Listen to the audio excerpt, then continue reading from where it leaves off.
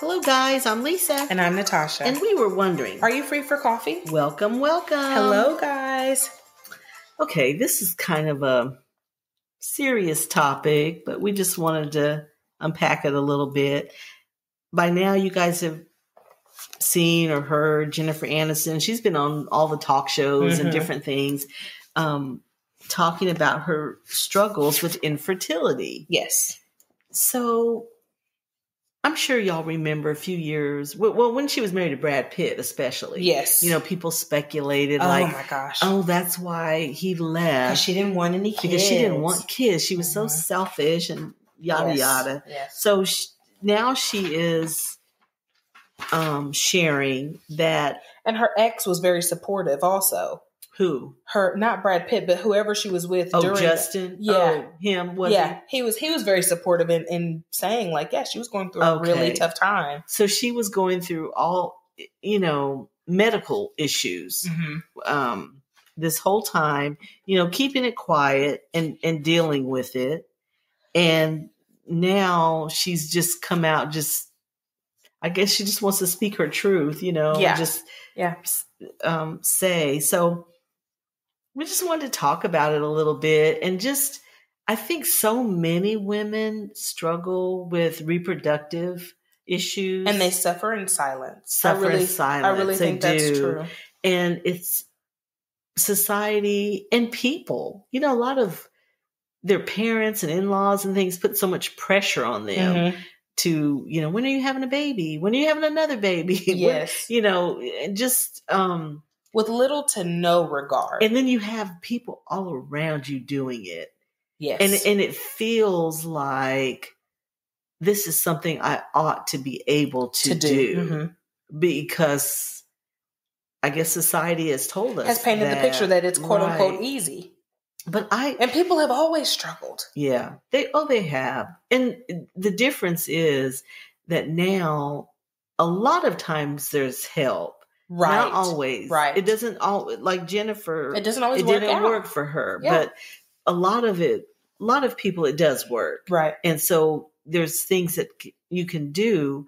But back in the day, there wasn't. You just didn't have children. Right. And you adopted children. I mean, those were your choices. Yeah. And now there are treatments. And there are more options, but it still doesn't always work. It doesn't always work. Gabrielle Union was very, just very forthcoming, very raw, very honest about her struggles with miscarrying. And listening to her talk about it, it was one of those things where her excitement, as soon as the two pink lines appeared, it faded just that quick as far as her excitement is concerned because she would miscarry. Oh. And how just with that the harm, psychological damage, the harm that caused to her body. So you can't. You're hesitantly happy. Yes, because you're not, and so you're not even fully happy, and that's such a heartbreaking. Enjoy it because you're not sure.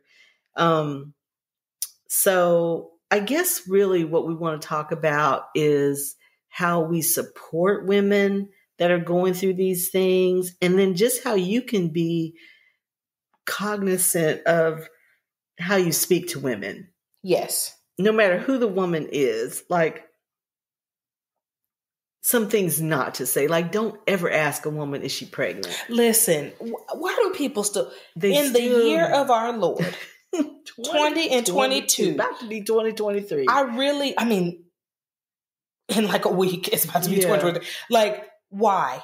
Why do you ask this? Yeah. Why?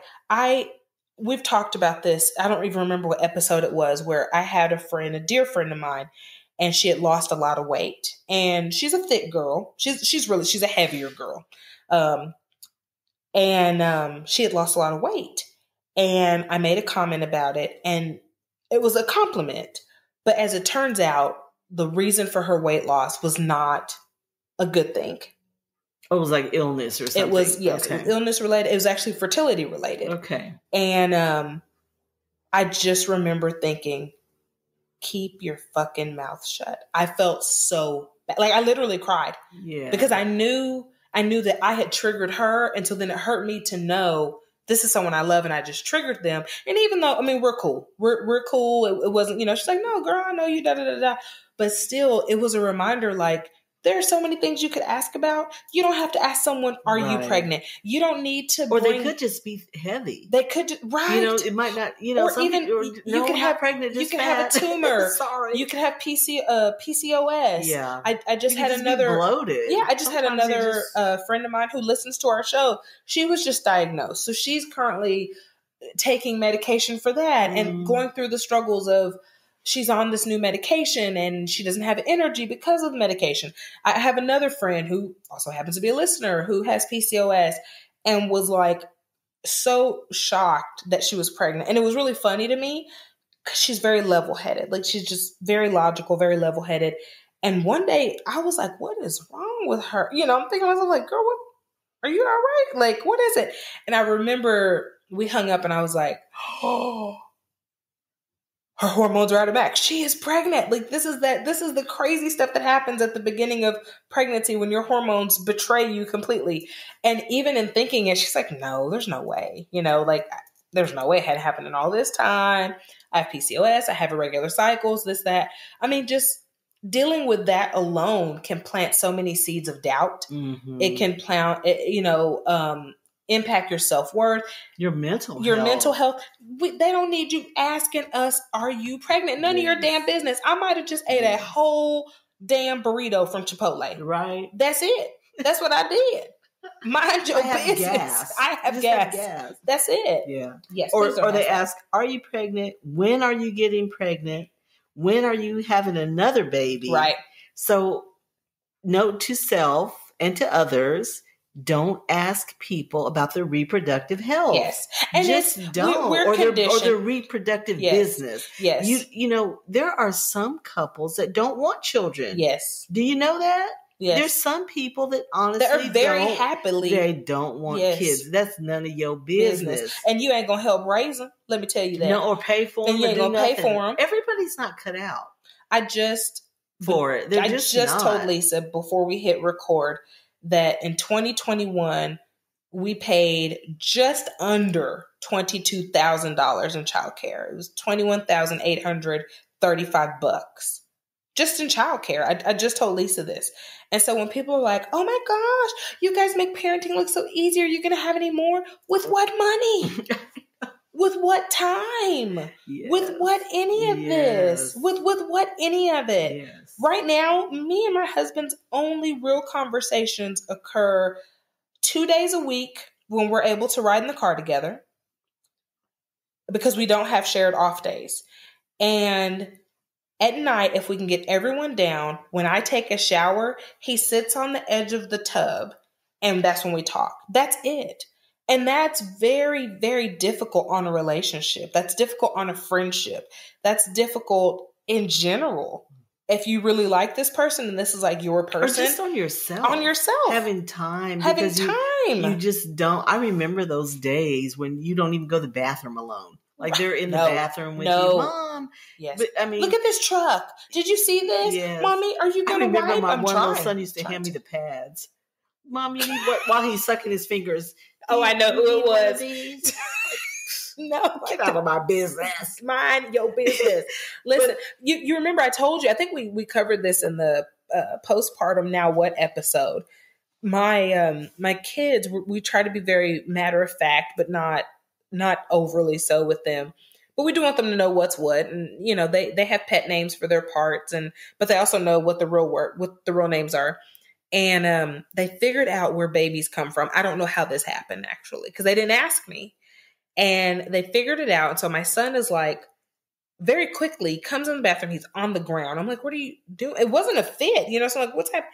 I'm looking at the baby. And before I could catch my shock, his hand is like in there. I'm like, holy shit, what are you doing? I want to say hi to the baby. I mean, like, there's no privacy. It is that level of unprivate. And then to ask people, hey, do you want to do this? What? Like, maybe if they want to, let them, but like, don't do that. Yeah. And I think, and I, especially if you are a woman that has any interaction with younger women, I want to say this because I remember being the younger girl, in my 20s, and my mom was really big on like, are you going to have kids? You're going to have kids? You're going to have kids? And at that time, I did not want kids at all. And I just remember thinking like, I'm doing so many cool things. I'm one of the first women in our family to go to college. I got published while I was in college. Like, I had all these things that I thought were worthy of like, oh, that's pretty cool, Natasha. And the whole conversation was always, well, are you going to have kids? And I just thought, Like seriously? I'm worth so much more than that. Right. Like, that's not the only thing about me that's really like awesome. Like, why not? And so we have to untrain ourselves of that thought, that dialogue of when are you going to have kids? I've learned to ask, and this, I'm still trying to back out of this, guys. I'm trying to get to where I don't, your uterus is your uterus, your penis is your penis. I don't get in there. But I do ask sometimes, I'll say, well, do I want any more kids? Now that I do find myself among, if you're a close friend, among friends, yes, among friends, because like, strangers, hey, near strangers will ask strangers you. will come up to you, or people at church, or people that don't know you guys just got married. When are y'all going to have any kids? Like that. What? Stop, please, just stop that.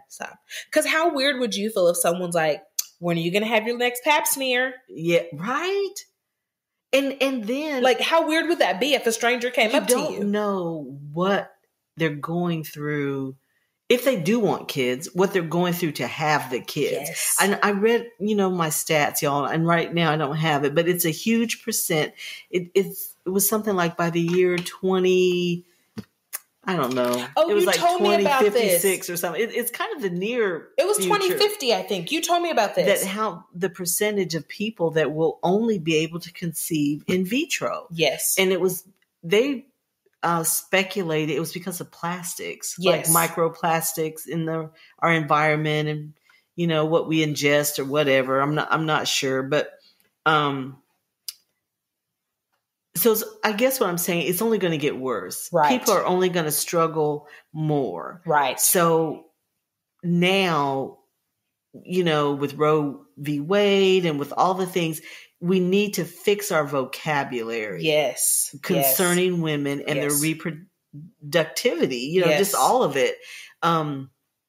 Be kind when you talk to people. Yes. And just know, just because you don't know what's happening doesn't mean it's not happening. That's it. That's it. People go through things every day that you don't know anything about. Yes. And tragic we always preach kindness. Right. Now, we may joke, we may poke a little fun sometimes, but we always preach kindness. And this is one of those, this is really serious. Yes. This is so really serious. And it really affects women's mental health. Yes. A lot of women despair really over this. Yes. This is this was not my struggle. Right. So it's sometimes hard for me to wrap my brain around exactly, how they're feeling and everything. Not that I don't have empathy for it, because I do, but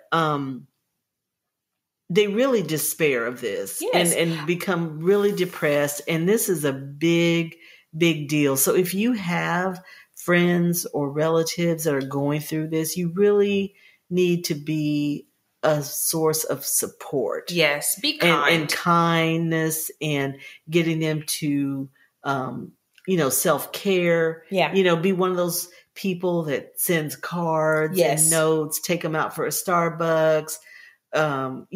Just be that just do something. Person, because if they're going through this individually, they're struggling, and they're struggling as a couple. Yeah. This people divorce over this. Yes, they do. And not so much because I had a friend that was going through this, and they ended up having twins, and they're grown now and everything. But she was saying it got to the point where the husband just didn't want to have sex anymore. I could see because it just got to be such a kind of a chore, a task. Yes, daunting. Like we have the time is and on such and such my body temperature is this, and just this performance, and it takes thing. And then you get performance anxiety, which does happen a lot, and so their intimacy was struggling, was impacted, and not just sexual, but just as a Intimacy is about connecting. And when you right. cannot connect with someone, right. there's danger in that and sex for any relationship. Doesn't produce love. It shows love. I agree. So when you kind of take that out of it, the equation, and it's just kind of it really impacts a marriage. Yes. So they are not just struggling with their physical health. Yes. They're struggling now with their friendship, their partnership, just the love languages, so everything. Much. Yeah. So this is really a big, big thing. And it was so brave, I think, of Jennifer Aniston to come forward. I think she's over it now. Like I'm just not going to do that. I think she's in a better place now. Yeah, but she wants to share. Yeah, and I thought it was really, really brave of her. I agree. To come out and say. And you know what? And imagine how hurtful. Now this is, I like Brad Pitt, and he was one of my sexiest men alive this week and everything, and he's since divorced Angelina Jolie. But I can only imagine how hurtful. Here I am. I'm trying to get fucking pregnant, and you leave me for the chick with all the kids. Right. Like, I mean, and then think about the tabloids. Everyone's saying how selfish she was, how she didn't want to have kids, and all this other stuff. The whole thing. So I can't. For her to still be in the land of the living and in her right mind is a beautiful. It really beautiful blessing is. For real. And so, like, I liked her before, but I think I love her now. I do, and I really liked her before. She's a shero. Yes, I mean, she's a badass boss. I agree. You hear me? Yes, because that could have broke you down. Yeah. Really. I mean, that just would have been the straw that broke the camel's back. Anybody else. Just go with somebody. Not like you said, not the chick that gets pregnant. You just look at her. If you look at her and there she's you go. Adopted 29 kids. And, she's Mother Earth. And, it just, all of those things. I can't even imagine. Yeah. So. And, I guess this is kind of a shout out to my dad, to my daddy. For anyone that's like you're male and you're thinking like, okay, but how does this work for me? So my aunt, this is not a secret or anything, but I didn't understand this as a child. So my dad is one of 7. My mom's one of 19. So y'all, we do very big families. And before anyone asks, no, my husband and I are done. We're not keeping up with these numbers. But, really, really big, just huge families. I mean, one of 19 is massive. One of 7 nowadays would be considered very, very big. And everyone has kids except for one of my aunts. And she has always treated us like her own, in a world where sometimes, white guy shows up with black kids. You're not treated so well. We never experienced that. Like, she tried to figure out how to do our hair when we were kids. We would spend the night. Just everything, just kind of this dream thing. And I remember asking my dad, I was like, Daddy, are we stopping Aunt Nancy from having kids? Because I'm thinking like, well, she does all this stuff with us. She don't have time for any other kids. Mm-hmm. Like maybe that's what it is, And this is my child brain. And so I had asked my dad, and my dad's real stoic about stuff. Tasha, go on, whatever. And so one day I asked him, and I was really persistent. And I suppose he thought, she's not going to let this go. And I don't know if he had talked to my mom or what. My dad was watering the yard. Again, y'all grew up very, very country, in the hood, but real country. So my dad's outside barefoot, watering the yard. And I go up, I drink out of the water hose, and I ask him again. And he said, I don't care how they make it look on TV. For some people, it's not easy to have a baby. And I said, oh yeah, because my dad was very big. I said, they could be big like you, and it would be hard to get them out. I'm thinking, I didn't know about C-sections. My dad was almost 11 pounds, and my grandma was very small. And I thought, well, that would be the thing. And he told me, he said, no, for your Aunt Nancy, it's like you and me having legs. She's got legs. And everybody's telling her, well, you got legs, get on up and walk. But every time she tries to get up and walk, her legs don't work like mama's legs work or like your legs may work. And he was like, so it's not that she doesn't want to walk. It's that she's doing everything right, but her legs just won't walk. Oh, that was a sweet way to explain it. And I remember thinking, well, can't we fix it? Can't we? My sister had club feet, and I thought we could get braces. Again, this is the mind of a child. Mm-hmm. How do you fix it? How do you fix it? How do you fix it? And I had to reconcile, and it probably took me to high school to reconcile some problems. No matter what you throw at it, it simply won't be fixed. Mm-hmm. Even if the fix worked for someone else, the fix may not work for the next person. Mm-hmm. Even if it worked perfectly for whoever else, it didn't work for Jennifer Aniston. And how dare any of us say, well, if you would just do this, it would work. Well, no, you don't think she tried that? Mm-hmm. Which makes it, in my opinion, almost 10 times worse that you're ragging on her, because she did. You don't think she tried everything out there? Mm-hmm. And I mean, I was in high school when it hit me. My aunt chose to love us like that. She chose to love all of her nieces and nephews like that. She could have been bitter. She could have been mad. She chose to love the kids in her life. In her life, yes. Yeah, what she did have. But of course, because she came from a big family, what does everyone know? Well, I can't believe you didn't have kids. And then, I'm thinking, now little old hood me, I'm thinking, say one more word to my aunt, I'm going to box you to the ground. Because in my head, I'm thinking, you don't know what she went through. Yeah. And I still don't know all of what she went through, but I do know from her, she just wasn't able to carry kids. It just wasn't a thing. And it really did craft I didn't understand the why, but it helped me to understand everyone can't do it. Right. So this is a blessing. Like, this isn't something for me to take lightly. Yeah. Everyone can't do it. And be supportive in how people choose to make their families. Yes. Whether it's adoption, whether it's surrogacy. Yes. Whether if it's volunteering at the Boys and Girls Club. Really. Whatever. Be supportive. Yeah. Be supportive in how, or they just choose to be childless. Yes. However, families come in all shapes and sizes. Yes. You don't have to have children to have a family. That's correct. So, be supportive, be kind, and just mind your business. Sweep around your own front porch. It was just the topic was just kind of heartbreaking to us. We just felt like, really wow, shocked me. I just didn't When it came out, it really shocked me. Yeah. And I felt so sad for her. I did too. I really felt sad for her. I think I felt most sad I remember reading The Suffering in Silence. Yeah. I think. I mean, I'm sure she had friends around her, but But still, to be so publicly attacked and to be called selfish and stuff. And you just take it. And then people literally blamed her for their separation, for their divorce. Yeah. And it's just like, no, it takes two to tango. Yeah. So I definitely. And that she can be. This really shows her character, that she can be kind to him. I've never heard her say bad things about him. Because baby.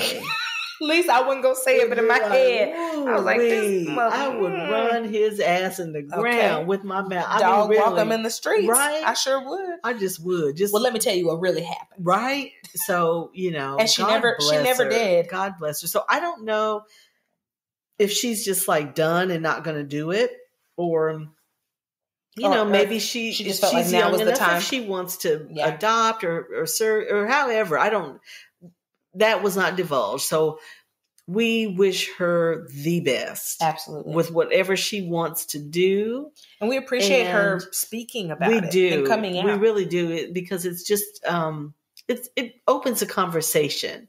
So we just want to share that and just encourage everyone to be kind and mind your business. Please. And wrap your arms around people that are struggling. Yeah. If you know people in your life that are struggling with this, just be supportive. I agree. Just be supportive. And during the holidays, this is a hard time for them. Yes. So just recognize that and do what you can to make it easier and not worse. And inclusive. And I agree. Yeah.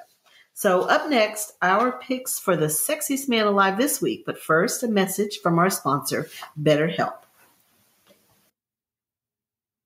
During hard times, it can get really difficult if you don't have anyone to talk to. Being alone with your thoughts can be an isolating feeling that can allow negativity to consume you. This is why we are sponsored by BetterHelp.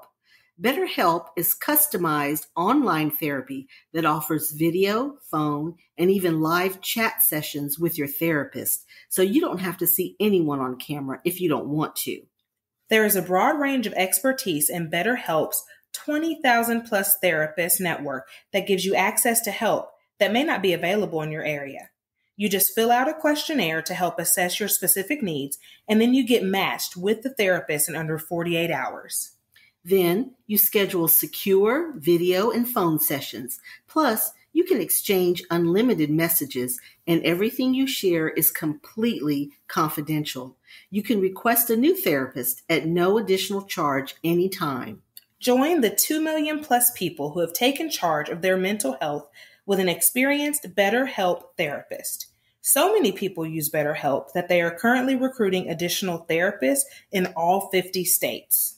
Get 10% off your first month at betterhelp.com/free-for-coffee. That's betterhelp.com/free-for-coffee.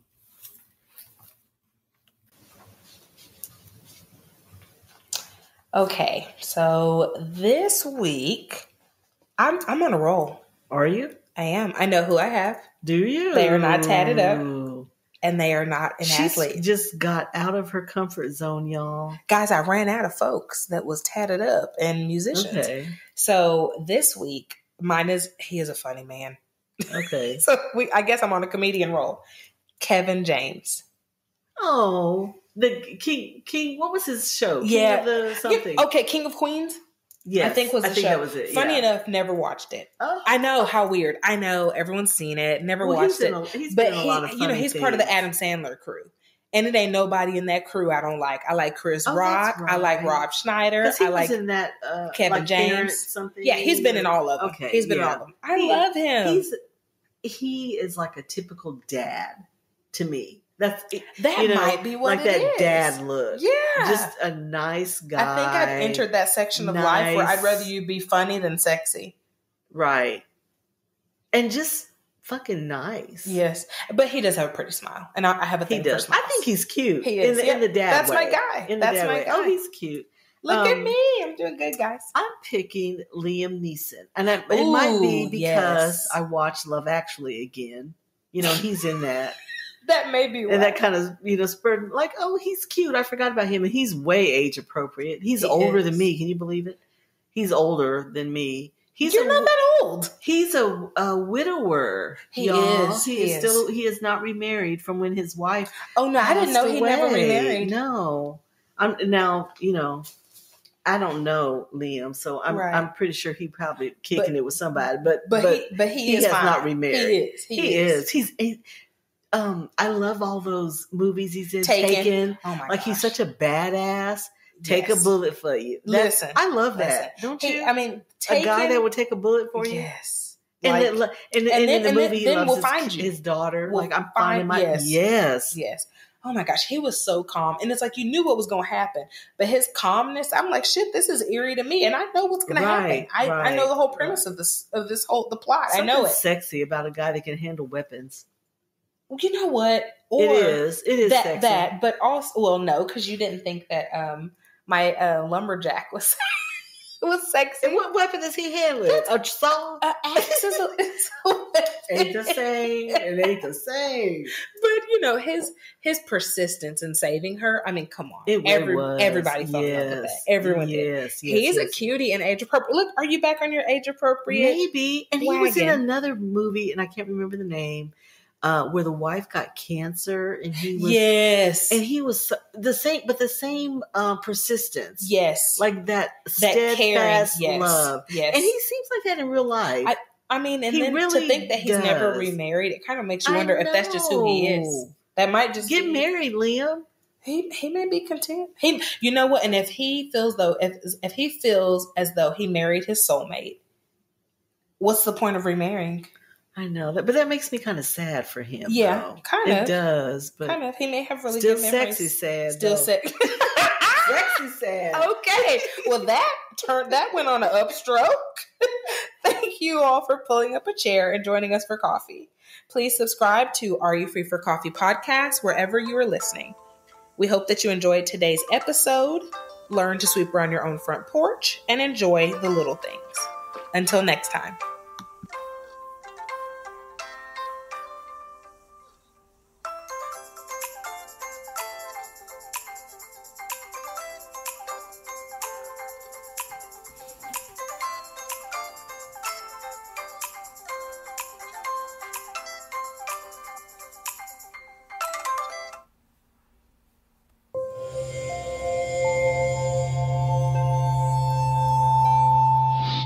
the Boundless Audio Podcast Network.